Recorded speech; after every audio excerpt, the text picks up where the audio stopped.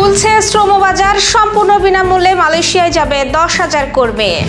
2030 সালে বিশ্বের 32তম বৃহৎ অর্থনীতি হবে বাংলাদেশ। বিমা কোম্পানিগুলোর ডাবল সার্ভার 6 সপ্তাহের মধ্যে বন্ধের নির্দেশ। শনিবার দেশ জুড়ে বৃষ্টির আভাস, কোথাও ভারী বর্ষণের সম্ভাবনা। কারিগরি শিক্ষায় বাংলাদেশ চীন সহযোগিতা হচ্ছে যৌথ গবেষণা কেন্দ্র। দর্শক, গ্রামের কাগজের সকালের সংবাদে আপনাকে স্বাগত। আপনাদের সাথে আছি আমি স্বপ্না দেবনাথ। শুনছিলেন প্রধান শিরোনাম, এছাড়াও রয়েছে রাশিফল। এবার চলুন যাওয়া যাক মূল আয়োজনে।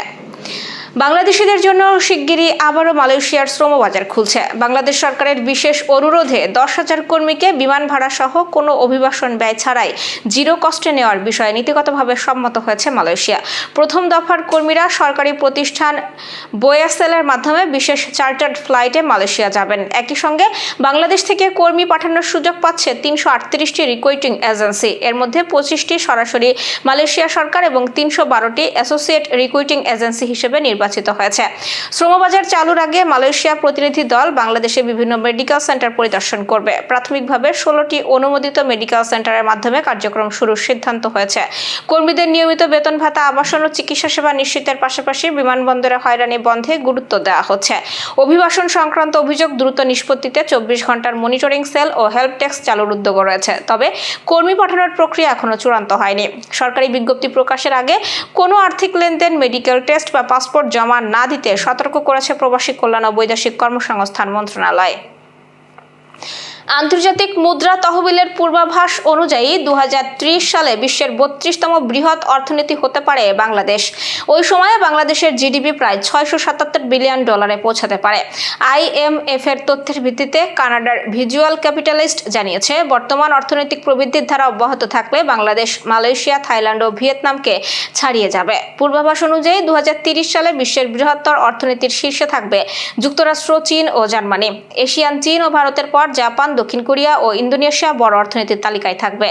IMF এর হিসাব অনুযায়ী 2030 সালে বৈশ্বিক অর্থনীতির আকার $150 ট্রিলিয়ন বেশি হতে পারে। তবে এই পূর্বাভাস বাস্তবায়ন নির্ভর করবে বাংলাদেশের অর্থনৈতিক প্রবৃদ্ধি ও সামগ্রিক পরিস্থিতি বর্তমান ধারায় কতটা বজায় থাকে তার উপর।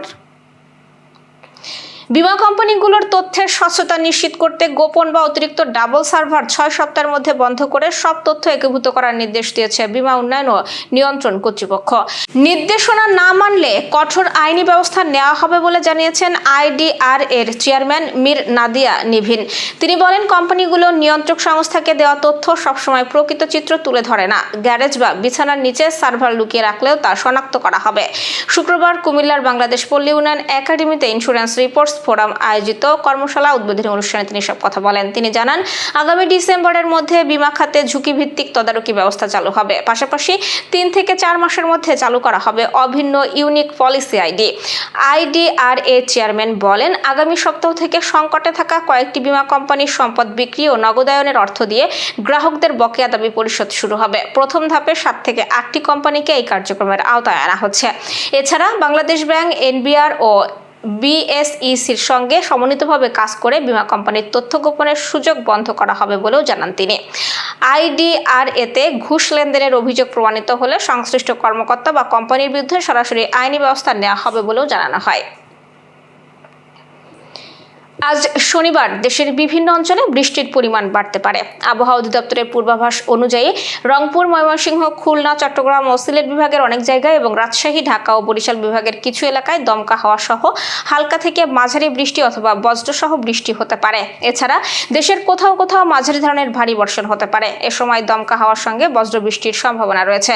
সারা দেশে দিন ও রাতের তাপমাত্রা প্রায় অপরিবর্তিত থাকতে পারে এবং আবহাওয়া অধিদপ্তর আরও জানিয়েছে, আগামী 5 দিন দেশে বৃষ্টির প্রবণতা অব্যাহত থাকতে পারে।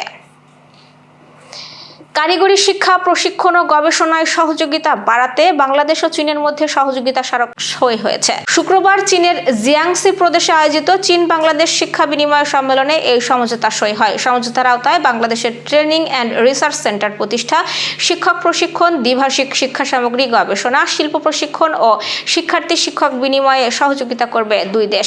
এ সময় 3টি সহযোগিতা প্ল্যাটফর্ম উদ্বোধন করা হয়। সরকারের আশা, এইসব উদ্যোগের মাধ্যমে শিক্ষার্থীদের ব্যবহারিক দক্ষতা ও কর্মসংস্থানমুখী প্রশিক্ষণের সুযোগ বাড়বে। দর্শক, এবার চলুন জেনে নিই কেমন যাবে আপনার আজকের দিন, অর্থাৎ 29 আগস্টের রাশিফল। মেষ রাশির চাকরিজীবীদের আজকের দিনটি তেমন ভালো কাটবে না। ব্যবসায়ীরা আজ একটি চুক্তি নিশ্চিত করতে পারেন। আর্থিক দিক দিয়ে আজকের দিনটি ভালো কাটবে এবং সুস্থ থাকতে হলে আপনাকে সময় মতো ঘুমানো এবং খাওয়ার অভ্যাস করা উচিত। বৃষ রাশি, পিতামাতার সাপোর্ট পাবেন। জীবনসঙ্গীর মেজাজ ভালো থাকবে না এবং অর্থের অবস্থা ভালো থাকবে। আজ আপনার পিঠ ও কোমরের সমস্যা বাড়তে পারে। মিথুন রাশির আজকের দিনের শুরুটা ভালো হবে না। জীবনসঙ্গীর সঙ্গে আপনার বিবাদ হতে পারে এবং বস আপনার কাজ পর্যালোচনা করতে পারেন। আপনি আপনার সেরা কাজটা করার চেষ্টা করুন। অর্থের অবস্থা ভালো থাকবে। তাড়াহুড়ো করে কোনো কাজ করবেন না, তাহলে আপনার চোট লাগার সম্ভাবনা আছে। কর্কট রাশি, আজ পুরানো বন্ধুদের সঙ্গে দেখা করতে পারেন। তাদের সঙ্গে কিছু গুরুত্বপূর্ণ আলোচনাও করতে পারেন এবং তাদের কাছ থেকে ভালো পরামর্শ পাবেন। চাকুরিজীবীরা অফিসে উচ্চ কর্মকর্তাদের নির্দেশনা পাবেন এবং রিয়েল এস্টেট সংক্রান্ত কাজ যারা করেন তারা আজ প্রত্যাশিত ফল পেতে পারেন। পরিবারের সঙ্গে খুব আনন্দে দিন কাটার সম্ভাবনা আছে। সিংহ রাশির শিক্ষার্থীদের লেখাপড়ায় মনোযোগ দেওয়া উচিত। চাকরিজীবীদের টিম ওয়ার্কের দিকে বেশি মনোযোগ দিতে হবে। ব্যবসায়ীরা ভালো লাভ করবেন। পারিবারিক জীবনের পরিস্থিতি স্বাভাবিক হতে এবং আর্থিক দিক দিয়ে দিনটি মোটামুটি কাটবে। কন্যা রাশির ব্যবসায়ীদের ভালো লাভ হতে পারে। আজ পার্টনারের সঙ্গে আপনার সম্পর্কের উন্নতি হবে। চাকরিজীবীদের জন্য আজকের দিনটি খুব গুরুত্বপূর্ণ হতে চলেছে। পারিবারিক জীবনে সুখ শান্তি থাকবে এবং পিতামাতার আশীর্বাদ পাবেন। স্বাস্থ্য ভালো থাকবে। তুলা রাশির ব্যবসায়ীদের আজকের দিনটি ভালো কাটতে পারে। আপনার কোনো সরকারি কাজ যদি দীর্ঘদিন ধরে মুলতবি থাকে তাহলে তা সম্পন্ন হওয়ার প্রবল সম্ভাবনা রয়েছে। চাকরিজীবীদের অফিসে বেশি ঠাট্টা তামাশা না করার পরামর্শ দেওয়া হচ্ছে, অন্যথায় বিপদে পড়তে পারেন। মাইগ্রেনের রোগীদের সমস্যা বাড়তে পারে, তাই সাবধানে থাকুন। বৃশ্চিক রাশির ব্যবসায়ীদের আজকের দিনটি ভালো কাটবে না। আপনার কোনো গুরুত্বপূর্ণ কাজে ব্যাঘাত ঘটতে পারে। চাকরিজীবীদের ধৈর্য ধরার পরামর্শ দেওয়া হচ্ছে। পারিবারিক জীবনে সুখ শান্তি থাকবে এবং দাম্পত্য জীবনে সুখ বাড়বে। স্বাস্থ্যের অবনতি হওয়ার সম্ভাবনা আছে। ধনুরাশির স্বাস্থ্য যত্ন নিন। চাকরিজীবীদের ওপর কাজের চাপ বাড়তে পারে। ব্যবসায়ীদের বুদ্ধি খাটিয়ে সমস্ত কাজ করতে হবে এবং পারিবারিক জীবনের পরিস্থিতি স্বাভাবিক হবে। মকর রাশির ব্যবসায়ীরা লাভবান হবেন। চাকরিজীবীরা অফিসে বসের সহযোগিতা পাবেন। পারিবারিক জীবনে সুখ শান্তি থাকবে। আপনার আর্থিক প্রচেষ্টা সফল হবে এবং আয়ের নতুন উৎস পাওয়ারও সম্ভাবনা রয়েছে। কুম্ভ রাশির আর্থিক দিক দিয়ে আজকের দিনটি ভালো কাটতে পারে। আপনি যদি সম্পত্তি বিক্রি করতে চান তবে আজ একটি ভালো সুযোগ পেতে পারেন এবং আজ আপনার সঙ্গী আপনাকে বিয়ের প্রস্তাব দিতে পারে। স্বাস্থ্য ভালো থাকবে। মীন রাশির চাকরিজীবীদের নিজেদের প্রতি অতিরিক্ত আত্মবিশ্বাস না রাখার পরামর্শ দেওয়া হচ্ছে। আপনার সহকর্মীদের নিজেকে থেকে ছোট মনে করবেন না। অহংকার আপনার স্বপ্নকে নষ্ট করে দিতে পারে এবং ব্যবসায়ীদের কোনো আইনি বিষয় নিয়ে আইনজীবীদের সঙ্গে পরামর্শ করার জন্য ভালো দিন আজ। দর্শক, এ ছিল এখনকার আয়োজন। সব খবর সবার আগে জানতে ও দেখতে চোখ রাখুন গ্রামের কাগজের ইউটিউব চ্যানেল ও ফেসবুক পেজে। বিদ্যুৎ ও জ্বালানি তেল ব্যবহারে সাশ্রয়ী হন।